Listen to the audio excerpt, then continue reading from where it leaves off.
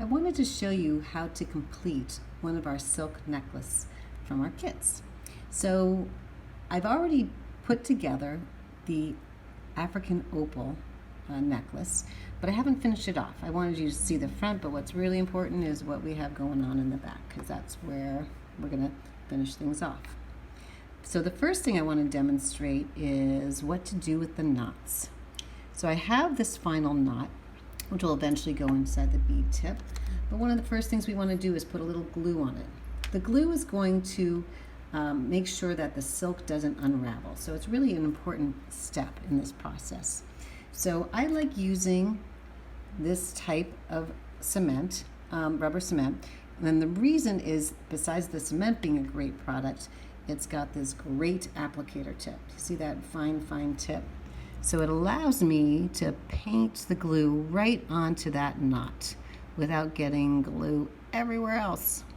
So I've got some on that knot, and then I'm going to pull this bead tip off of that second knot and paint some more glue.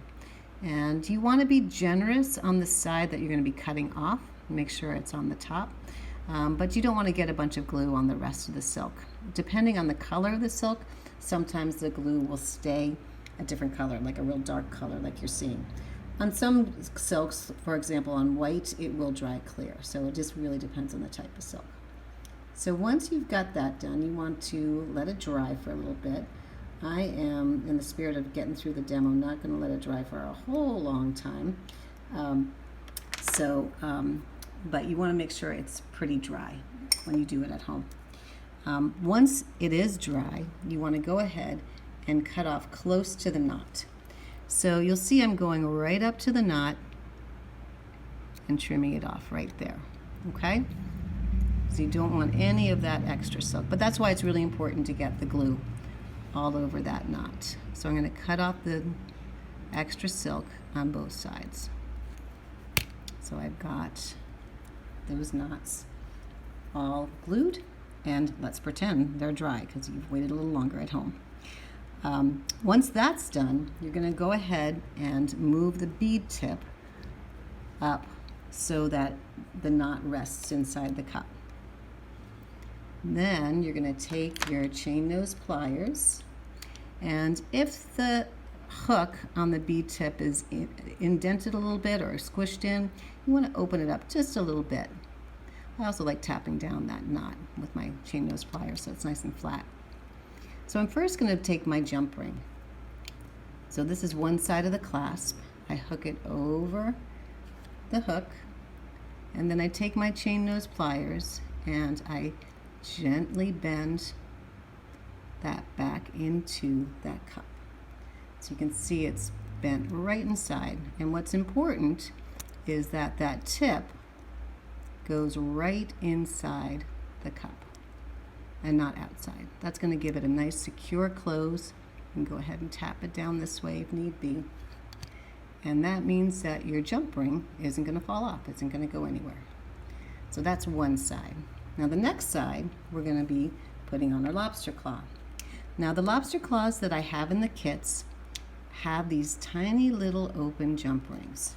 What's really important anytime you use an open jump ring is that it's cinched real tight and closed.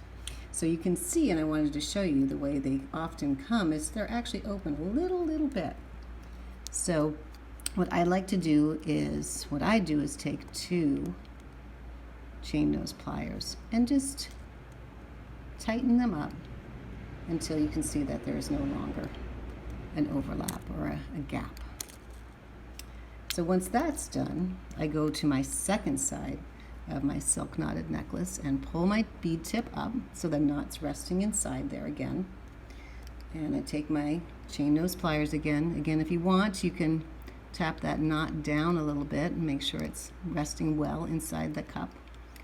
And since this bead tip also has it squished up a little bit, I'm going to open it so it's just a little easier for me to get my lobster claw on. So I go ahead and I put my lobster claw over that hook, and then I take my chain nose pliers and I bend that hook so the tip of it rests inside of the cup.